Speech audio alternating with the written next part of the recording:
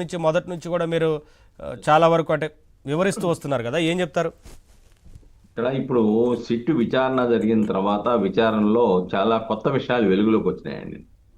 ఎందుకంటే ప్రభుత్వంతో సంబంధం లేకుండా ఉమ్, ప్రత్యేకమైనటువంటి వ్యవస్థలను ఏర్పాటు చేసుకోవడం, దాంట్లో ముఖ్యంగా ఫీల్డ్ మానిటరింగ్ ప్రాజెక్టు, అలానే క్యాష్ మేనేజ్మెంట్ సర్వీసు, అలాగనే క్యాష్ పికప్ ఎగ్జిక్యూటివ్ల ద్వారా ఈ నగదులు రవాణాలు పొందటాలు అక్రమార్జన చేయడానికి ఇలాగా ప్రత్యేకమైన కొన్ని వ్యవస్థలను ఏర్పాటు చేసుకున్నారు. అది ప్రభుత్వంతోనూ సంబంధం లేనటువంటి వ్యవస్థలు అవి. పూర్తిగా ఈ మద్యం మీద డబ్బులు సంపాదించడానికి అక్రమార్జన పొందడానికి దాన్ని ఏ విధంగా వివిధ ప్రాంతాలకు బదిలీ చేయడానికి, అది బంగారు రూపేణ బదిలీ చేయడానికో లేకపోతే వ్యాపారాల్లో లావాదేవీల్లో పెట్టడానికో లేదంటే కాస్ట్లీ వాహనాలు చేయడానికో, చివరికి ఎన్నికలలో కూడా ఆ యొక్క సొమ్ము ద్వారా తిరిగి అధికారంలోకి రావాలనేటువంటి ప్రయత్నం చేయడం, ఈ సొమ్ము అంతా డిస్ట్రిబ్యూషన్ ఎన్నికల్లోకి వచ్చేటప్పటికి దాదాపుగా చెవిరెడ్డి కీలక పాత్ర వహించాడు అనేది ఈ రోజున సిట్ విచారణలో వెల్లడవుతున్న అంశాలు. ఇప్పుడైతే మరీ దారుణం. అంటే గతంలో మనం అనుకునే వాళ్ళం, భూమి పంపకాలు చేసేటప్పుడు మిగులు భూమిని పంపకాలు చేసేటప్పుడు కుక్క పేరో పిల్ల పేరో పిల్లి పేరో లేదంటే ఏదో జంతువు పేరో ఏదో పాలేరు పేరో పెట్టుకునేవాళ్ళు. ఈ రోజున మద్యం యొక్క కేసులో, మద్యం అక్రమాలలో అదే జరిగిందని వరుణ్ పురుషోత్తంను చూసిన తర్వాత మనకు అర్థమవుతా ఉంది. ఆయన ఒక టీ స్టాల్లోనో దేంట్లోనో పనిచేసే వ్యక్తి, ఒక కాఫీ షాప్లో పనిచేసే వ్యక్తి, కోట్లాది రూపాయలు ఏ విధంగా టర్న్ ఓవర్ చేయగలిగాడో ఆలోచించండి. అంటే బినామీల పేరు మీద ఈ యొక్క నేరం వెలుగు చూడకుండా ఇన్ని కోట్ల రూపాయల ప్రయత్నం చేశారనేది చాలా స్పష్టంగా కనబడతా ఉంది. అయితే సిట్ చెప్పేటువంటి సమాచారం ఇన్వెస్టిగేషన్ ప్రకారం కూడా ఆనాటి ముఖ్యమంత్రి పాత్ర లేకుండా ఇది జరగలేదని అయితే నిర్ధారణ అవుతోంది. అందుకే వాళ్ళు రిమాండ్ రిపోర్ట్లో కూడా చాలా స్పష్టంగా రాశారండి, అప్పుడున్నటువంటి పొలిటికల్ ఎగ్జిక్యూటివ్ ఎవరైతే ఉన్నారో ఆయన పాత్ర కూడా ఉంది అని చెప్పేసని.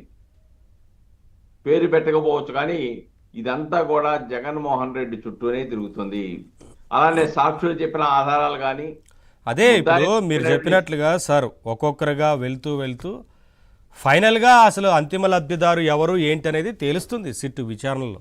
డెఫినెట్గా. ఎందుకంటే ఇప్పటి వరకు 37, 38 వచ్చేసి ఇప్పుడు 40కి వచ్చింది. ఎందుకంటే వరుణ్ పురుషోత్తంలో 40 ముద్దాయిగా పెట్టారు దీంట్లో. కాబట్టి ఇక్కడ ఒకటి కాదండి, దాదాపుగా ఇది అర్థమవుతుంది ఏంటంటే లావు శ్రీకృష్ణదేవరాయలు గారు ఎంపీ గారు చెప్పిన దాని ప్రకారం 20,000 కోట్ల రూపాయలు దీంట్లో అక్రమాలు జరిగాయని చెప్పేసి అని వాళ్ళు చెప్తూ ఉన్నారు. అంతేకాకుండా 18,000 కోట్ల రూపాయలు దాదాపుగా ప్రభుత్వ ఖజానాకి నష్టం ఏర్పడింది. డిజిటల్ సిస్టమ్ లేకుండా మొత్తం కూడా నగదు రూపేణా పంపకాలు చేయటం, డిస్టిలరీల దగ్గర వాళ్ళకి ఎవరైతే అధిక పర్సంటేజ్ వాళ్ళు డిమాండ్ చేసిన పర్సంటేజ్ ప్రకారం చెప్పారో ఆ యొక్క పర్సంటేజ్ ప్రకారం ఇచ్చిన వాళ్ళనే ఈ రాష్ట్రంలో అనుమతించారు. మిగతా వాళ్ళని మీకు సంబంధం లేదు పొండి అని గెట్టేశారు. ఆ విధంగా కిక్ బ్యాక్ ద్వారా తీసుకున్నారు. అలానే అనేకమైన డొల్ల కంపెనీలు, సెల్ కంపెనీలు, ఆ డొల్ల కంపెనీలను సృష్టించారు.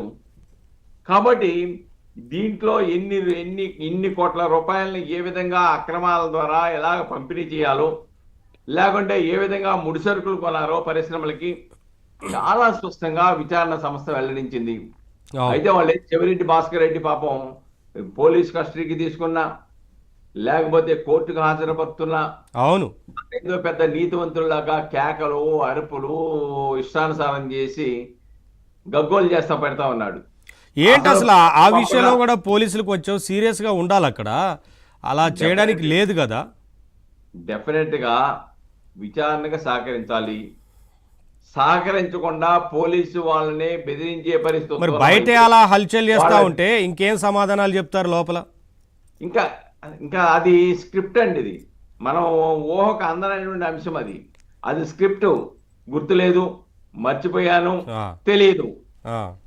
ఈ స్క్రిప్ట్ అందరికి అప్లై అవుద్ది. సరే కొన్ని విషయాల గురించి డిస్కస్ చేద్దాం సార్. ఒకసారి నేను మాట్లాడతాను సార్. శ్రీనివాస్ గారు, ఏంటంటే ప్రతి ఒక్కరిని కూడా కొంతమంది అనుకూలంగా